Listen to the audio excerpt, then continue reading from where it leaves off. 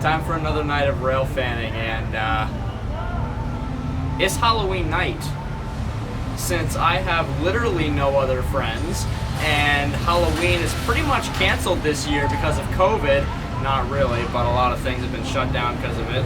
But mostly because I have no friends. Here we are. Gonna rail fan Central Florida for the night, and that's about it. See what we can get. Hope you enjoy it.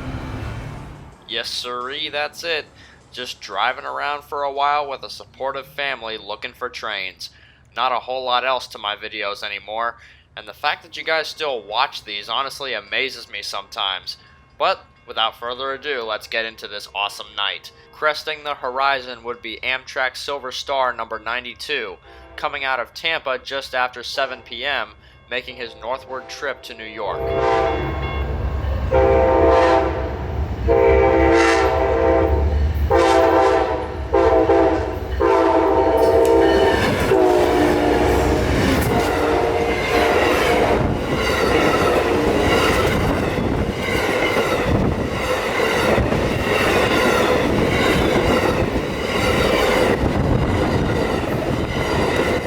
As y'all have probably noticed by this point, the Silver Star service has tended to be a lot longer than it has been in recent years, that too being because of COVID. The only downside to that now is that the service only runs 3 or 4 days a week. Regardless of all the shenanigans happening in our country right now, people's spirits are still alive, as seen by this group showing up to the Plant City platform for a photo shoot, all dressed up for Halloween.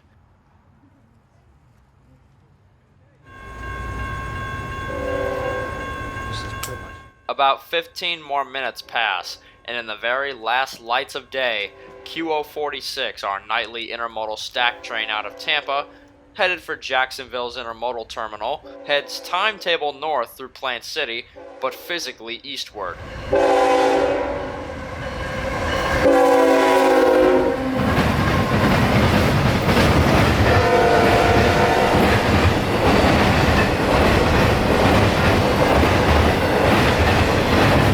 QO46, even though his length and load amounts are getting smaller sometimes, he does still carry UPS traffic, and that makes him a top priority train on the dispatcher's list. Any trains on Class 1 systems which carry UPS are always at the top of the priority line, topped only sometimes by Amtrak. In this part of Florida, the only train with a higher priority than QO46 is its southbound counterpart, QO45. It was about time for Tampa's mixed freight Q442 to be rounding the corner here as well, and he was soon to do so, as a couple minutes before QO46 got here, we had heard the crew call out an approach signal at Market, which is right around the corner, telling them to stop just short of the diamond since the dispatcher was giving O46 priority across first. So not even 60 seconds after QO46 clears, you can hear the K5HL of a classic CSX GE off in the distance, as 442 rumbles back up to track speed.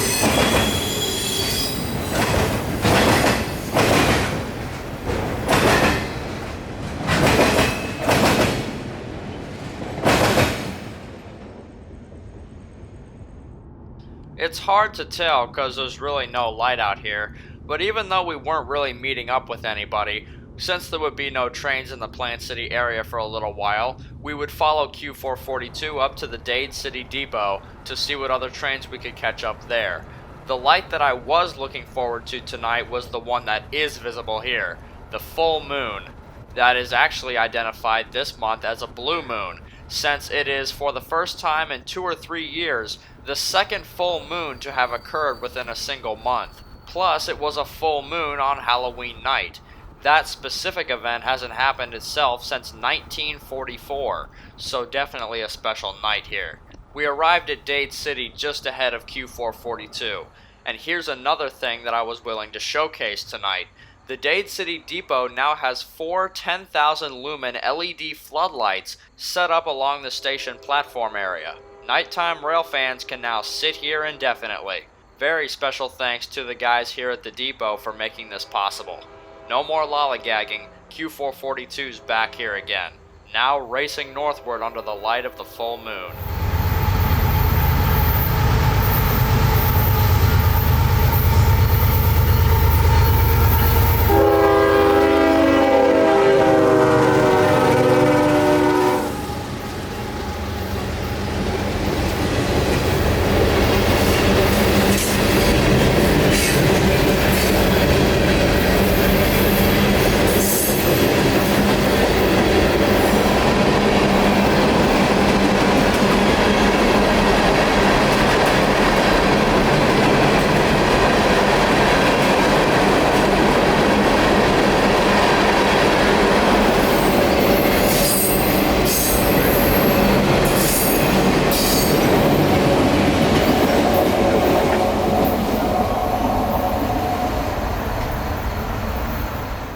Another half hour passed, and we got another no doubt about her. Q045, the one I mentioned earlier, stacks and UPS traffic from Jacksonville to Tampa.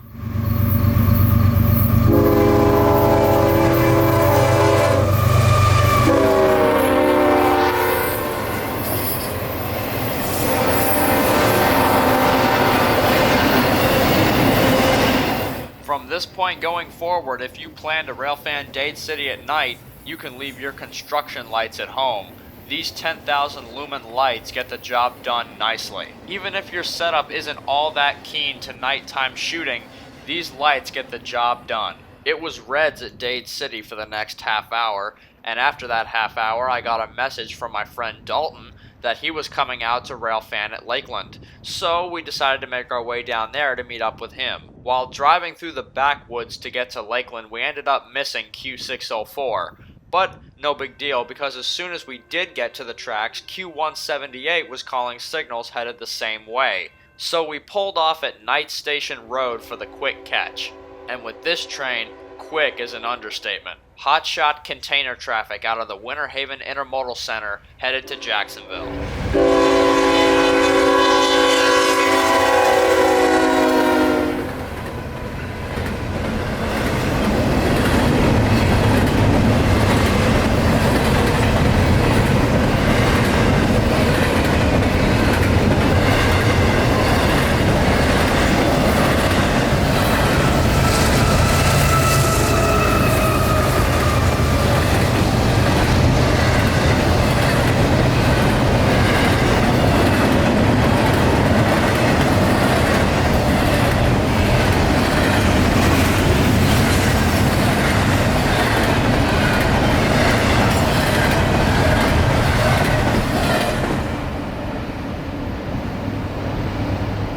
Dalton was waiting for us down at Lakeland Junction, so that's where we would go to meet up with them after that. And to my surprise, I would end up getting a bag of candy tonight after all. Dalton and his mom had brought out a bag of candy just for me, so very big thanks to them for that. That was just another cool addition to our night. It wasn't long after we had pulled in that the signal at the junction went to yellow and eventually an approach limited.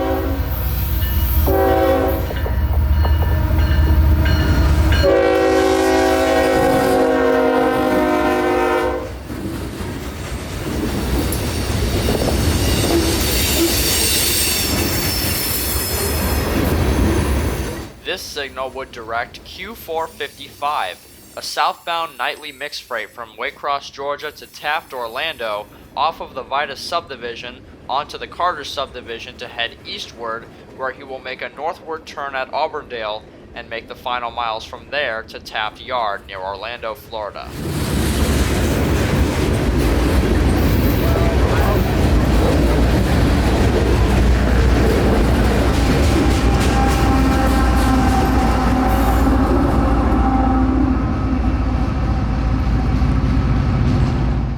It was right after this train had passed that we had to make a mad dash over to Plant City because, to my knowledge at that time, the train of the night was on the way. And it was a good thing we did because we arrived on a clear signal.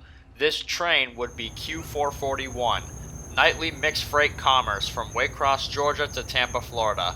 I'm sure you've heard that ID on this channel a million times, but a very special edition on tonight's train. Leading the train was a CSX SD70 Mac rebuild, number 4528. Trailing was a regular Gevo, but that Mac leader was awesome to see for me, because I love those things, even the flat ones like this one. The power wasn't the only cool aspect of this train though. Once it starts to pass, you'll see some of the unique objects within the consist as well.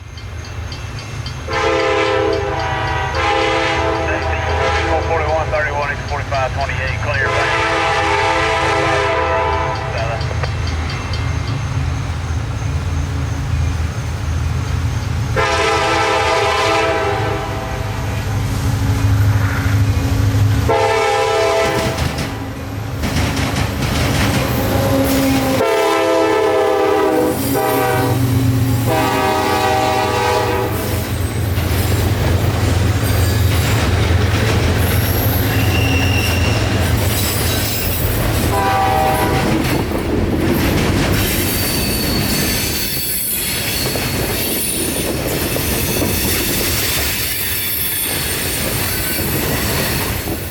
A friend of mine had sent me a video of this train passing Folkestone, Georgia, and I noticed these 4 flat cars and I thought their load was just regular sheets of metal. But when they got here and I got a closer look, I realized that they were actually carrying strips of rail. CSX doesn't usually transport rail like this, so it makes me wonder if this is headed to a short line such as Seminole Gulf or one of their lower priority routes. Another big thing in the train were these things. CSX's Tigons, as we call them, gondolas specially made to carry railroad ties. It is November 1st now after all, and around this time of year is when CSX begins their maintenance projects on this part of their system. So within the next few months, work trains are definitely a possible sight along these rails.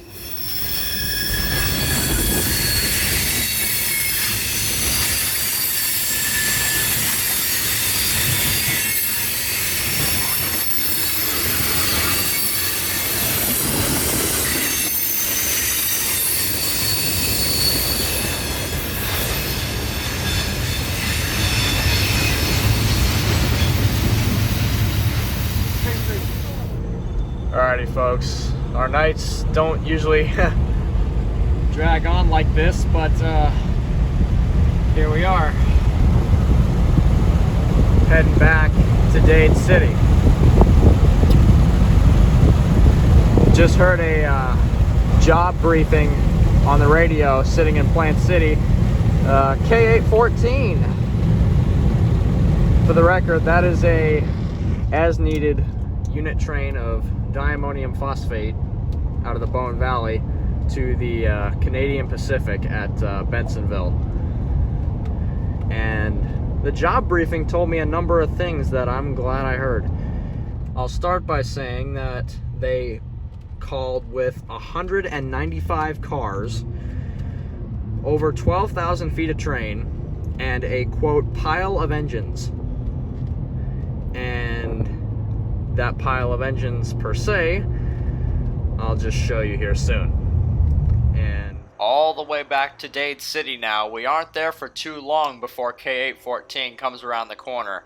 And this was kind of an odd train to catch. Because as I mentioned, it is November 1st now, and tonight is when we set the clocks back an hour for daylight savings. And since that happens at 2 o'clock a.m., we ended up catching this train before it left Winston, technically, because by the time this train got here, it was 1:28 a.m., but in real time it would have been 2:28 a.m.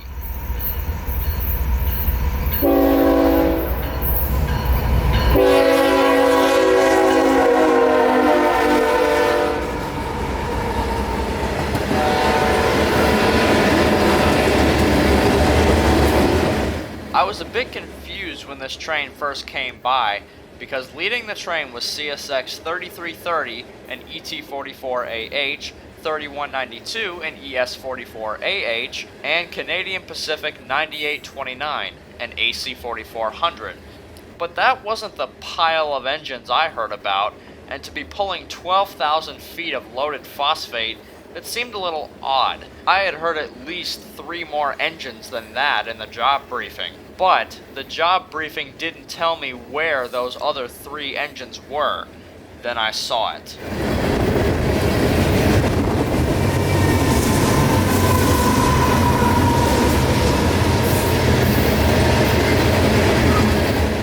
A triple set of mid-train DPU engines, a BNSF-9, and 2 CSX AC4400s still sporting Yellow Nose 2 colors.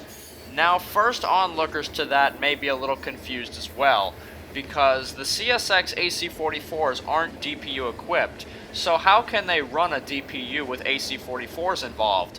Well, that's where the BNSF-9 comes in. The ET44 leading this train is DPU equipped, but so is the -9, and as long as one of the DPU engines is DPU compatible, the other non-compatible engines can simply be MU'd to the DPU engine to where they can all then run simultaneously.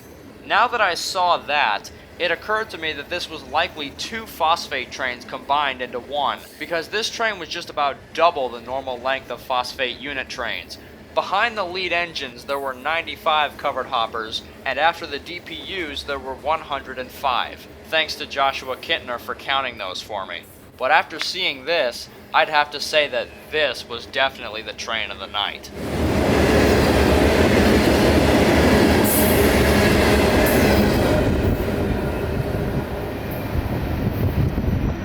Wow. In my years of rail fanning so far, that's the first time I've seen something like that.